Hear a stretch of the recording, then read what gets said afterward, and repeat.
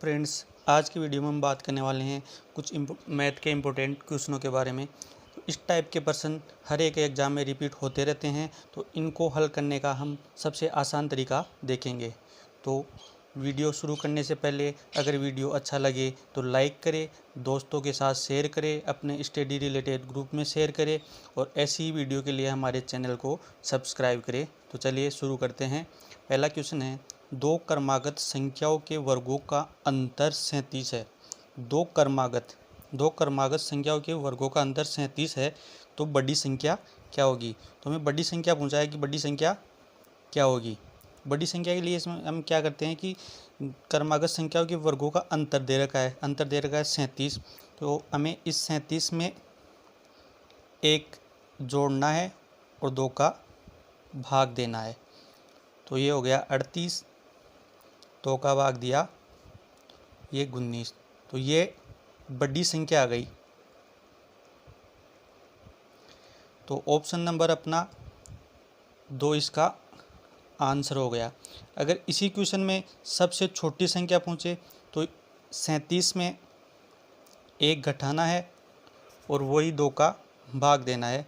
तो ये 36 और 2 ये 18, ये छोटी संख्या आ गई सबसे।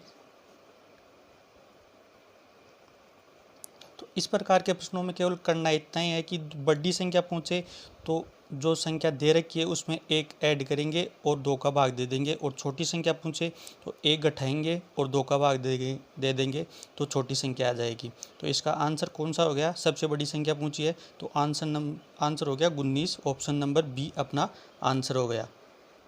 अगला क्वेश्चन है, दो क्रमागत सम संख्याओं के वर्गों का अंतर 100 है। अब पूछा है दो क्रमागत सम संख्याओं के वर्गों का अंतर 100 है, तो सबसे बड़ी संख्या क्या होगी। तो यहाँ अब सम संख्याओं के वर्गों का अंतर पूछा है, तो यहाँ हमें करना क्या है, अंतर दे रखा है 100 और अब इसमें दो सम संख्याओं का पूछा है तो इसमें ऐड कितना करना पड़ेगा हमें, अब इसमें ऐड करना पड़ेगा 4।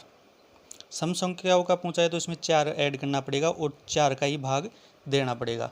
तो कितना हुआ, 104 भाग 4, 2 शेष बचा, 4 छिके 24। तो ये 24 सबसे बड़ी संख्या आ गई,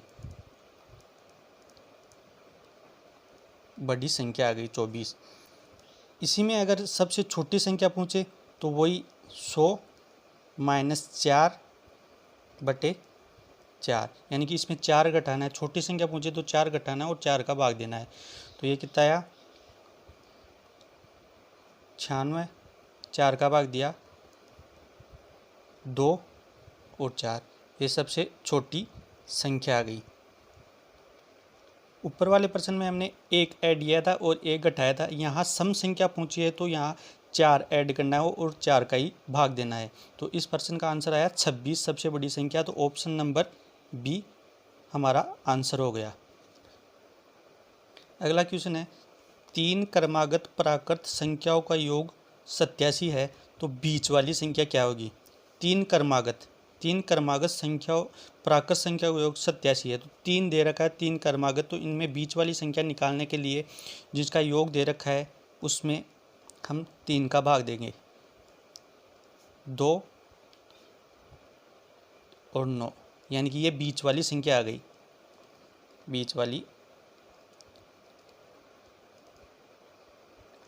जितनी संख्या दे रखी है, 3 क्रमागत दे रखी है, तो इसमें 3 का भाग देंगे और ये बीच वाली संख्या आ जाएगी। तो हमें पूछा है कि बीच वाली संख्या क्या होगी, तो ये ऑप्शन नंबर बी हमारा आंसर हो गया कि इसकी बीच वाली संख्या कितनी है, बीच वाली संख्या है 29।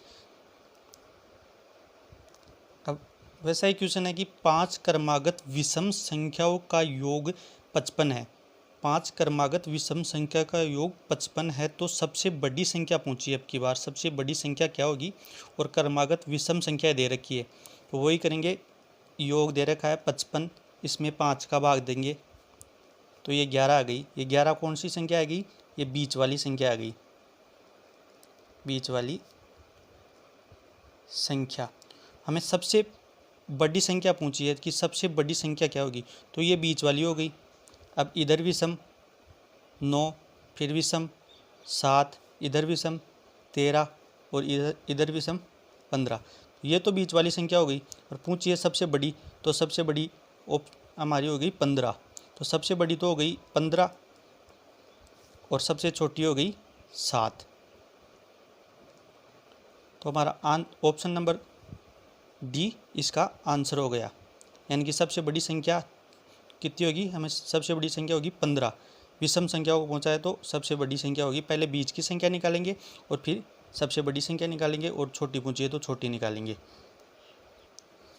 अगला क्वेश्चन है, दो संख्याओं का योग 40 है तथा अंतर 6 है तो बड़ी संख्या क्या होगी। योग दे रखा है और अंतर दे रखा है, तो हमें सबसे बड़ी संख्या पूछी है। तो इसमें क्या करेंगे, योग दे रखा है हमें 40 और अंतर दे रखा है 6।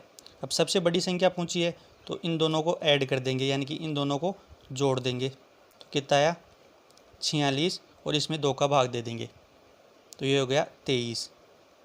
ये सबसे बड़ी संख्या हो गई। अगर छोटी पूछे तो इन दोनों का अंतर करेंगे तो अंतर कितना आया 34 और वही 2 का भाग ये 17। ये सबसे छोटी संख्या आ गई।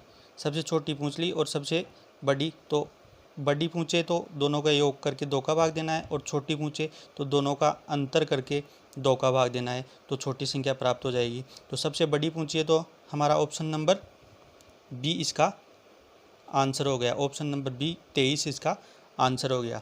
तो ये क्वेश्चन आपको समझ में आया होगा। अगर हम इसका बेसिक फॉर्मेट देखें, बेसिक फॉर्मेट के लिए दे रखा है कि दोनों का योग दे रखा है 40 और दोनों का अंतर दे रखा है हमें 6।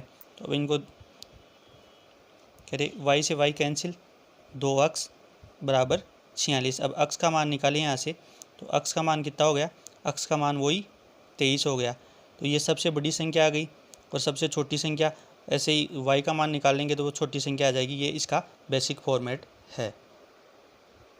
अगला क्वेश्चन है, दो संख्याओं का योगफल तथा गुणनफल क्रमशः 11 और 18 है तो इन संख्याओं के व्युत्क्रम का योग क्या होगा। योगफल दे रखा है और गुणनफल दे रखा है और इसके व्युत्क्रम का योग पूछा है। तो इसके लिए क्या करते हैं हम, योगफल बटे गुणनफल, इसको ऐसे लिख देते हैं, यानी कि ये इसकी शॉर्ट ट्रिक है।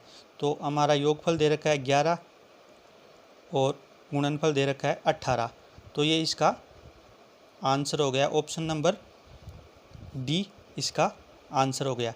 अब ये आया कैसे, तो हम जानते हैं कि किसी भी संख्या का व्युत्क्रम निकाले, जैसे दो संख्या x और y, इनका व्युत्क्रम हो गया, x का हो गया 1/x और y का हो गया 1/y। अब इन संख्याओं के व्युत्क्रम का योग पूछा है हमें, तो 1/x प्लस 1/y, एलसीएम लिया एक्स वाई ऊपर y प्लस x, तो सेम आ गया, दोनों का योग ऊपर और दोनों का गुणनफल नीचे। ये इस विधि से ये शॉर्ट ट्रिक बनी है।